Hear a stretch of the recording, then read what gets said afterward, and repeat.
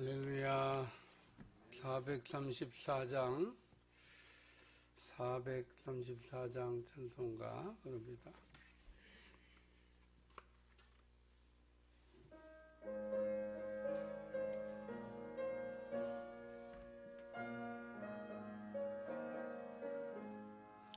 귀하신 친구 내게 계시니 나 주 안에 늘 기쁘다.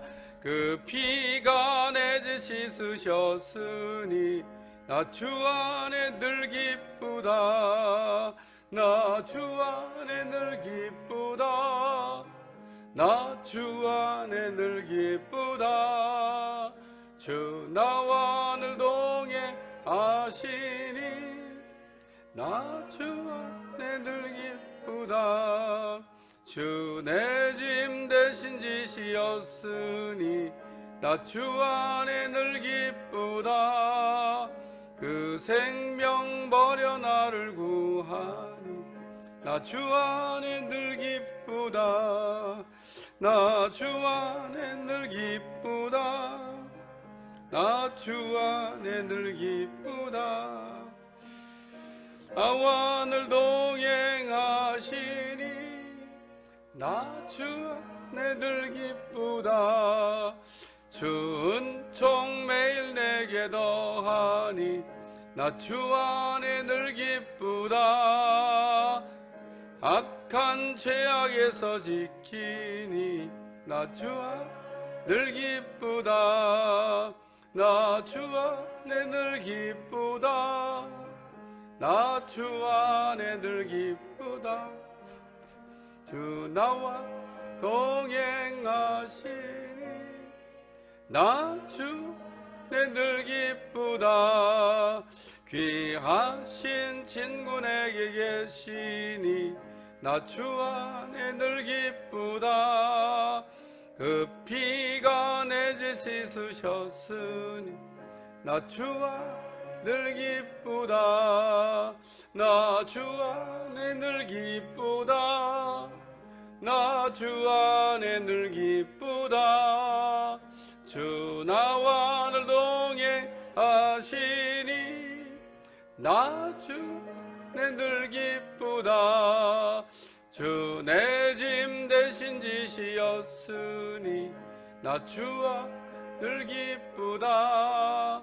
그 생명 버려 나를 구하니 나 주 안에 늘 기쁘다. 나 주 안에 늘 기쁘다. 나 주 안에 늘 기쁘다. 주 나와 늘 나 주 안에 늘 기쁘다. 주 은총 매일 내게 더하니 나 주 안에 늘 기쁘다.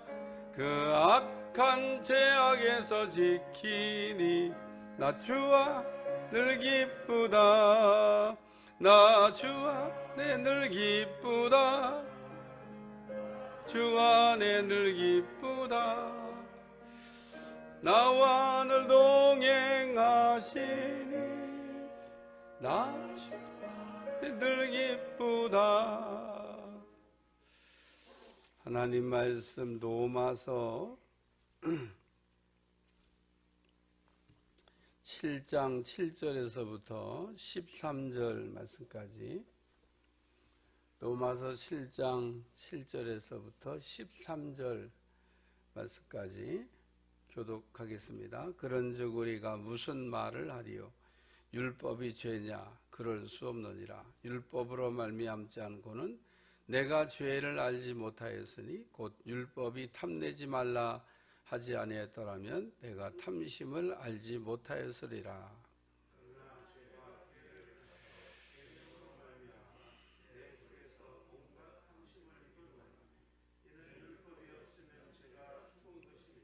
전에 율법을 깨닫지 못했을 때에는 내가 살았더니 계명의 이름에 죄는 살아나고 나는 죽었도다.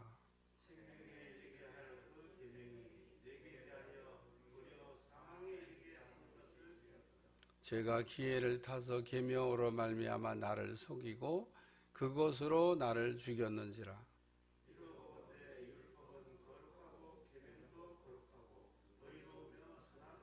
그런즉 선한 것이 내게 사망이 되었느냐? 그럴 수 없느니라.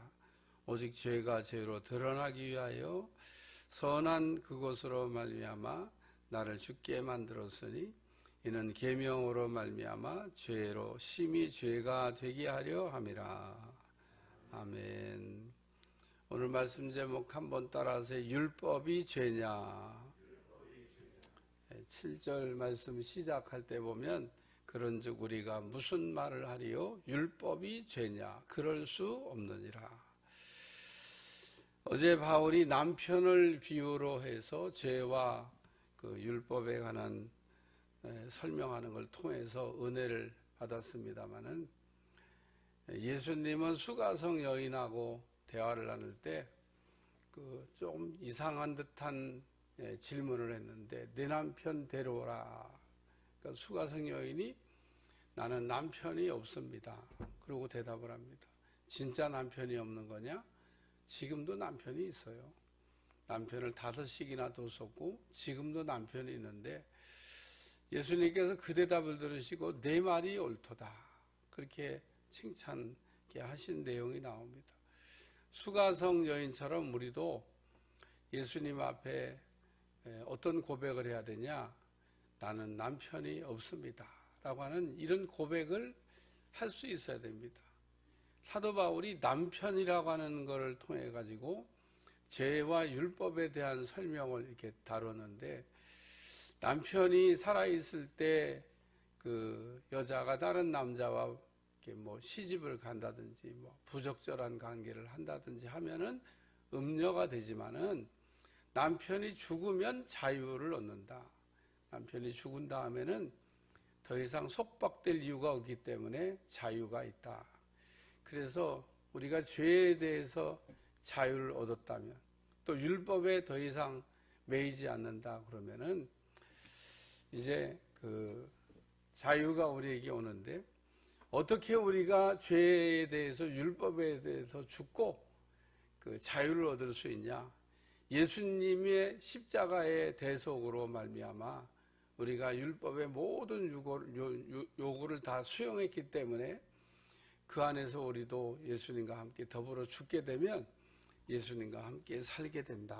이런 비밀을 우리에게 말씀하고 있습니다. 그래서 바울이 율법이 죄냐 이렇게 얘기하면서 남편을 비유로 율법에 대한 이야기를 설명했는데, 똑같이 남편을 갖고 있긴 하지만은 어떤 경우에는 죄가 되고 어떤 경우에는 죄가 되지 않는다는 것. 바울이 말하기를 우리의 전 남편 같은, 그러므로 율법에서 자유를 얻어야 된다. 율법의 자유를 얻는 방법으로 남편의 비유, 율법에 관한 이야기를 다루고 있는데, 어쨌든 남편이 죽으면 그 다음에는 자유하다. 전 남편 잊어버려야 된다는 거예요. 오늘 우리가 율법에 대해 죽었다 그러면 더 이상 율법에 매이지 말아야 되는데, 참 희한한 거는 우리가 예수님을 이제 신랑으로 맞이하고 예수님과 더불어 살면서도 계속 끊임없이 율법에 종속되거나 율법에 매이게 된다는 겁니다. 예수님이 우리를 율법에서 풀어가지고 자유를 주셨는데, 세상에 자유를 얻은 사람이 다시 율법에 매인다 그러면 뭔가 이제 신앙이 이게 잘못된 거죠. 그러므로 우리가 그 전 남편 같은 율법에 대하여는 죽은 바 됐고, 우리가 복음 안에서 다시 살아나서 예수님하고 더불어 우리가 살고 있다 그러면 이제는 그 예수님 안에서의 자유를 누리면서 행복하게 살아가는 여러분들이 되시기를 축원합니다. 7장 4절, 그리스도의 몸으로 말미암아 율법에 대하여 죽임을 당하였으니 이는 다른 이 곧 죽은 자 가운데 살아난 이에게 가서 우리가 하나님을 위하여 열매를 맺게 하려 함이라 라는 말씀으로 바울이 그 율법에 대한 죽음을 이야기하면서 이제는 그 예수님과 더불어 새 생활을 해야 된다. 그래서 율법이 죄냐 그렇게 얘기하면서, 율법이 꼭 우리로 하여금 그 죄인 되게 만드는 것 같아요. 그래서 율법이 나쁜 것 같이 생각이 된다, 그런 얘기입니다. 바울이 지금 율법이 죄냐 이렇게 얘기 묻는 거는 율법이 나쁜 거냐 이 얘기를 물어보는 거예요. 결론은 뭐냐면 율법은 나쁜 게 아니다, 이 얘기를 설명하는 겁니다. 왜냐하면 율법이 자꾸 우리를 이렇게 뭐 죄에 대한 이야기도 하고 꼭 우리를 죄인 되게 만드는 것 같으니까 율법은 이거 나쁜 건가? 이런 생각이 드는데 바울이 결론적으로 얘기하면 율법은 나쁜 게 아니다. 그래서 율법은 이 죄를 짓게 하는 것이 아니라 율법을 어기는 그것이 바로 죄가 된다. 죄는 법을 어기는 성질을 갖고 있는데 하나님의 법을 어기게 되면 죄를 짓게 되는 거다. 그래서 오늘 우리는 하나님의 말씀을 이렇게 어기지 말고 하나님이 우리에게 말씀하시기를 하나님 가라사대 이렇게 하면 아멘하고 아멘하는 여러분들이 꼭 되시기를 주여 축원합니다. 율법은 그래서 첫째로 죄를 깨닫게 한다, 이런 말씀을 하고 있습니다. 율법은 죄를 깨닫게 한다.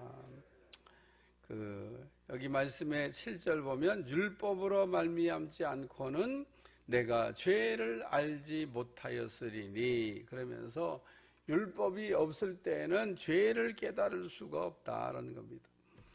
하나님이 우리에게 율법을 주셔서 우리로 죄 짓게 한 것이 아니라 죄를 짓기 전에 오늘 율법을 제정하셔서 죄를 짓기 전에 율법을 제정하셔가지고 율법으로 죄를 짓게 한 게 아니라 우리가 죄를 지었기 때문에 그 율법을 더해 주신 거다, 그런 얘기입니다.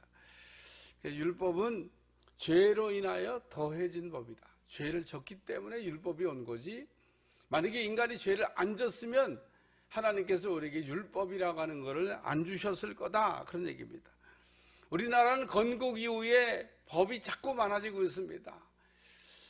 법이 줄어드는 날이 언제 있을까 이런 생각 들지만, 제가 생각할 때 주님 오실 날까지 법은 막 계속 더 만들지 법을 폐지하는 경우는 거의 없을 겁니다. 옛날에 있던 법을 뭐 이렇게 가끔 소용이 없어서 폐지하는 경우가 있기는 있는 것 같아요. 그러나 뭐 없애는 것보다 만드는 게 더 많아. 왜 자꾸 법이 많아지냐? 죄가 많아지고 있다는 거예요. 죄가 훨씬 더 복잡해지고 죄가 훨씬 더 진흥화되고 죄가 훨씬 더 교묘하게 많아지니까 그걸 전부 다 죄라고 하는 것으로 이제 알게 하기 위해서 법이라고 하는 걸 만든다. 그래서 로마서 7장 7절, 그런즉 우리가 무슨 말을 하리요? 율법이 죄냐? 그럴 수 없느니라. 율법으로 말미암지 않고는 내가 죄를 알지 못하였으리니, 곧 율법이 탐내지 말라 하지 않았더라면 내가 탐심을 알지 못하였으리라. 욕심내는 게 죄다라고 하는 것을 율법이 안 가르쳐 줬으면 욕심이 뭐가 죄냐, 우리가 조금 더 가지려고 하는 마음 가질 수도 있지, 이렇게 생각하고 그게 죄인 줄 몰랐는데, 우리가 하나님이 우리에게 허락하지 않은 걸 더 가지려고 하는 마음은 그게 바로 욕심이고 그게 죄야. 그게 바울이 말하기를 스스로 자족하는 법을 배우라고 하는 이야기를 말씀하고 있습니다. 자족이 뭐냐? 하나님이 주신 것으로 만족하는 것이 자족입니다. 오늘 우리는 하나님이 주신 것으로 자족하는 마음보다는 더 갖고 싶어요. 딸만 낳은 집은 아들 갖고 싶어하고 아들만 낳은 집은 딸만 갖고 싶어. 그러니까 참 사람 마음이 이상한 거예요. 딸만 가진 집엔 아들이 있었으면 좋겠다는데 아들만 가진 집은 딸이 있으면 좋겠대. 그럼 아들, 딸 섞어 가지면 그러면 만족할 것 같아? 아들, 딸 섞어 가진 집도요 만족이 없어. 여러분들이 안 살아봤으니까 모르지. 결론은 성경이 인간의 그 욕심이 끝이 없습니다. 오죽하면 부자가 갓난 사람 머리에 붙은 건물을 떼달라고 그랬을까? 아니, 그 정도 많이 가졌으면 만족해야 될 것 같지 않아요? 재벌이 만족할 것 같아요? 재벌은 만족하지 않습니다. 어떤 분이 얘기하기를 행복이라고 하는 거는 내가 가진 것에서 조금만 더 가지면 행복하다, 그런 얘기도 하는데 전적으로 동의합니다.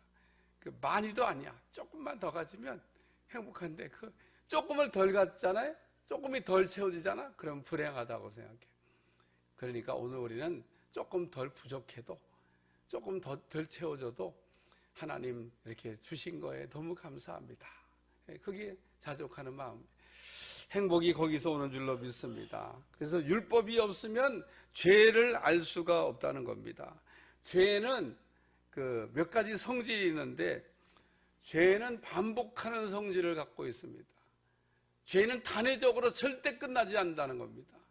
그래서 큰 집에 들어가신 분들 보면 한 번 죄 짓고 손 씻는다 그래. 근데 손이 안 씻어져. 그래 또 들어가. 그래서 자꾸 반복하게 되는 성질을 갖고 있습니다. 참 죄는 이렇게 짓게 되면 또 짓는 그런 반복하는 성질을 갖고 있습니다. 또 죄는 정당화하는 성질도 갖고 있습니다. 죄진 사람들이 이구동성으로 하는 말이 있어요. 그게 무슨 얘기냐면 한번 따라해봐요. 나만 죄 졌냐? 한번 따라해. 나만 죄 졌냐? 그래가지고 죄 짓고 들켜가지고 억울한 사람은요, 남을 가리켜. 저 사람도 죄 짓고 저 사람도 죄 짓고 다 죄 졌는데 왜 나만 잡아가지고 그러냐? 왜 나만 갖고 그러느냐? 그러는데, 교통경찰에 잡힌 분이 왜 나만 잡으냐 그러니까, 당신은 낚시터에 낚시 잡는 분이 고기 다 잡냐? 잡히는 놈만 잡지. 그러고 얘기하더래요. 죄를 이렇게 졌을 때 그냥 인정하면 되는데 정당화하려고 그럽니다. 다 죄인인데 왜 나만 갖고 그러냐고. 또 죄는 부정하는 성질도 갖고 있습니다. 어떻게 부정하냐? 법이 잘못됐다고 얘기해요. 이 세상에 법을 잘 만들어 놨는데 이 법이 이게 뭐가 잘못됐지? 나는 죄가 없는데 이 법 때문에 문제가 됐다 그러고, 법에 이렇게 잘 만들어지지 않은 거를 이렇게 얘기하고 법이 잘못됐다고 말할 수 있는데, 오늘 왜 법을 이렇게 주셔서 그래 죄인 만드냐는 겁니다. 그 법만 없으면은 내가 죄인 아닐 텐데. 로마서 7장 9절. 전에 율법을 깨닫지 못했을 때에는 내가 살았더니 계명이 이름에 죄는 살아나고 나는 죽었도다. 그래서 오늘 율법은 우리로 하여금 죄를 이렇게 깨닫게 하는, 죄를 생각나게 하는 법이다라는 겁니다. 그러므로 율법을 통해서 죄를 이렇게 깨닫게 되면 그게 은혜입니다. 구약의 큐티를 시켜보면 반드시 우리가 경험하고 느껴지고 이게 와닿는 게 있어야 되는데, 어머, 내가 너무 하나님 앞에 죄인이구나. 정말 이 죄 때문에 내가 숨이 막혀서 죽을 것 같다라고 하는 이런 느낌이 와야 되는데, 만약에 구약 성경을 읽으면서 내가 죄인이라고 하는 게 그렇게 감각이 안 오면 사실 의인도 아닌데 죄에 대해서 뭐가 문제가 지금 발생한 겁니다. 양심이 화인 맞은 거죠. 그러니까 우리가 구약 성경을 읽을 때 대부분의 사람들이 무섭다 그래요. 무서움이 와야 됩니다. 그게 정상입니다. 왜냐하면 하나님이 죄에 대해서 너무 무섭게 다루시는 모습들이 곳곳에 보이기 때문에. 여러분, 죄 졌다고 땅 이렇게 갈라가고 묻어버리시잖아요. 하나님이 그냥 죄 졌다고 그냥 홍수 내려가지고 그냥 다 그냥 쓸어버리시잖아요. 이런 하나님을 보고도 안 무서우세요? 우리 하나님의 진노가 막 내리실 때 이스라엘 백성들 전부 다 포로로 붙잡혀가게 하시는 이런 하나님의 무서운 진노가 안 무섭게 느껴지냐고요. 성경을 잘못 읽고 있는 거죠.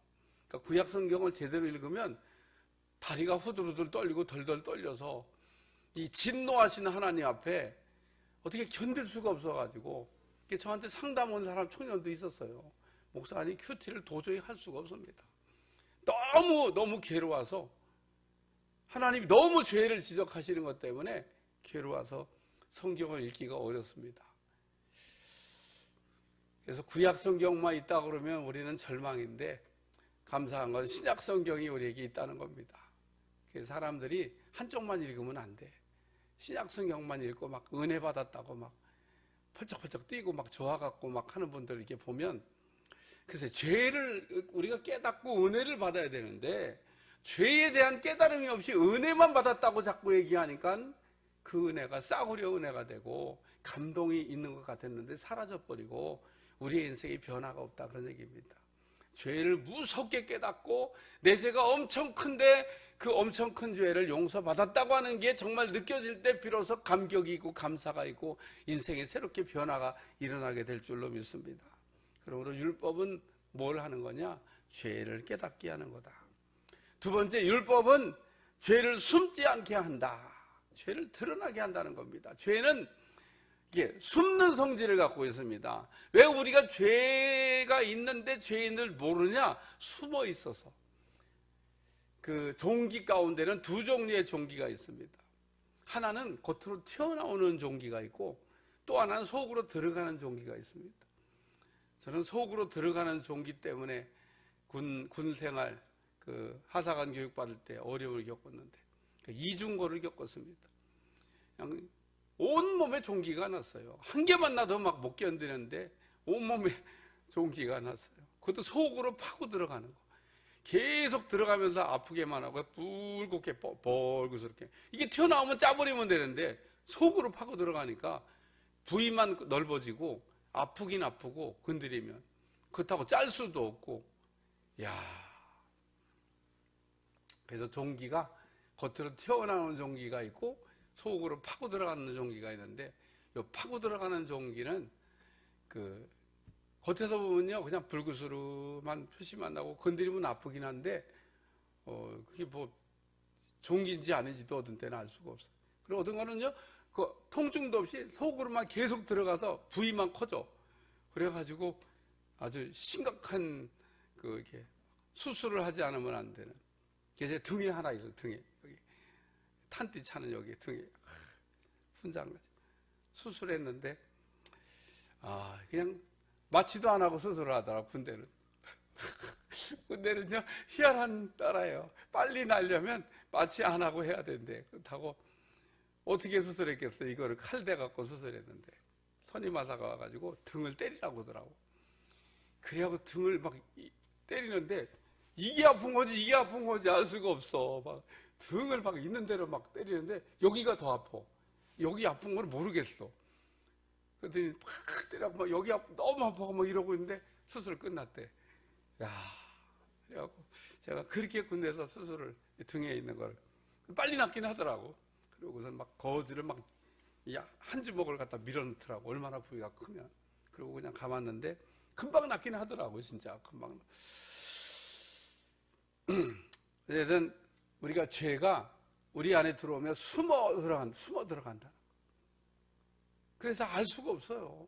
근데 율법이 그걸 이렇게 들춰내는 일을 한다는 겁니다. 숨은 거를 숨지 못하게. 다윗이 죄를 지면서 몰랐어요. 그게 죄라고 생각을 안 했습니다. 만약에 다윗같이 훌륭한 분이에요. 훌륭한 분이 그게 엄청난 죄라고 하는 거를 만약에 느낌이 왔다 그러면 졌겠어요?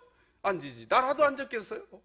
근데 엄연히 남편이 있는 부인을 데려다가 간음죄를 저지르고 거기다가 그게 들킬까봐 그 남편을 전쟁에 내몰아갖고 죽이고 또 합법적으로 결혼하고 아무도 몰랐습니다. 하나님만 알았지. 근데 그렇게 숨어있는 죄를 싹 들춰내니까 다윗이 회개하잖아요.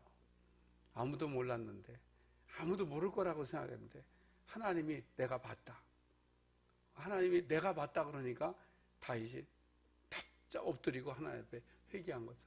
오늘도 우리가 죄를 질 때 한 가지 잊어버리지 말아야 되겠습니다. 아무도 모르게 할 수 있습니다. 세상 사람 다 속일 수 있습니다. 그러나 속일 수 없는 분이 딱 한 분 계시다는 거예요. 하나님은 속일 수가 없어. 하나님이 저 위에서 하나님은 저 위에 계셔갖고 다 보이시나 봐요. 내가 다 봤다. 그리고 이 이야기.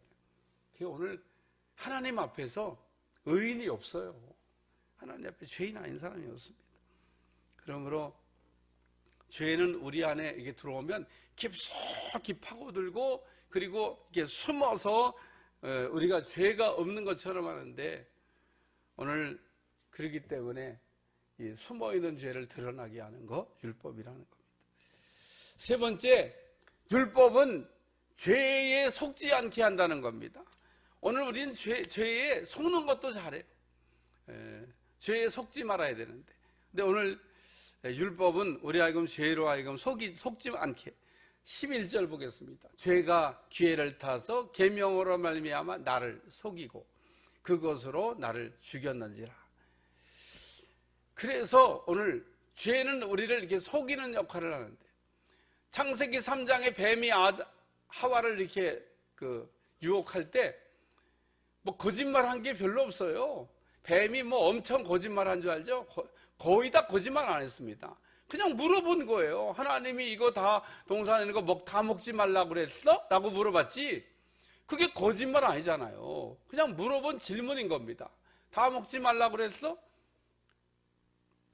그러니까 하와가 다 먹지 말라고 그런 건 아니고 다 먹으라고 그랬는데, 동산 중앙에 있는 나무의 실과는 먹지 말라고 그랬어요. 여기까지만 했으면 되는 거야. 거기서 딱 멈췄으면 뱀도 어떻게 할 수가 없었는데, 이 하와가 거기다 갖다가 거짓말을 갖다 붙입니다. 시키지도 않은 거짓말을. 하나님이 먹지도 말라고 그랬는데 만지지도 말라고 그랬다. 언제 그런 말을 했어요? 그러니까 하지도 않은 얘기를 갖다 붙이는 바람에 문제가 됐다, 그런 얘기입니다. 오늘 뱀은 먹지 말라고 그럴 때 우리가 거기다가 만지지도 말라고 이런 거짓말 갖다 붙인 것 때문에 문제가 됐죠. 죄에 우리가 속지 않으려면 그러므로 정직하면 됩니다. 이단들도 보면 처음에 와서 성경 공부하자 할 때 틀린 얘기를 안 해요. 다 맞는 얘기합니다. 그러니까 막 은혜가 된다고 하는데 마지막에는 항상 틀린 얘기를 해. 맨 마지막에 틀린 얘기를 하니 알 수가 있어야지. 틀린 얘기는 언제 할지 몰라. 계속 맞는 얘기만 해. 그러니까 이거 저기 하나도 틀린 거 없는데 왜 우리 목사님은, 우리 순장님은, 우리 권사님은 자꾸 틀리다 그러지? 틀린 거를 쉽게 얘기하거든요. 틀린 거는 이제 내 사람 됐다 그럴 때 비로소 이제 하는 거죠. 그러니까 이 마귀들은 언제나 다 속이는 게 아니고 99% 진짜에다가 1% 가짜를 섞어가지고 가짜를 만듭니다. 그런데 여러분, 99% 진짜에 1% 가짜를 섞어도 그게 가짜가 되는 겁니다. 진짜는 100% 진짜가 돼야 되는 거예요. 오늘 하나님이 섞는 거를 싫어한다는 얘기를 했잖아요. 1%만 섞어도 안 되는 겁니다. 다시 얘기해서 율법이 613가지가 있는데 612가지씩 지면 의인이냐? 한 가지 어겼는데 그 중에 613가지 중에 제일 약한 거 그거 하나 어겼는데 그 죄인이라고 하냐? 죄인입니다. 율법은 다 지켜야 의인 되는 거지, 뭐 제일 약한 법 하나 어겼다고 의인 되는 게 아니에요. 오늘 진짜는 100%가 진짜지 99% 진짜에 1% 섞었는데 그 섞인 것 1% 때문에 가짜가 되는 겁니다.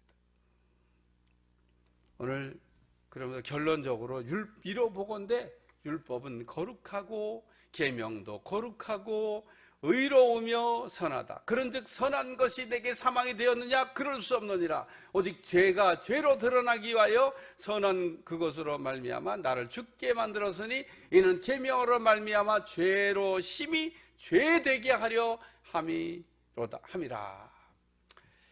율법이 죄냐? 율법 죄 아니라는 겁니다.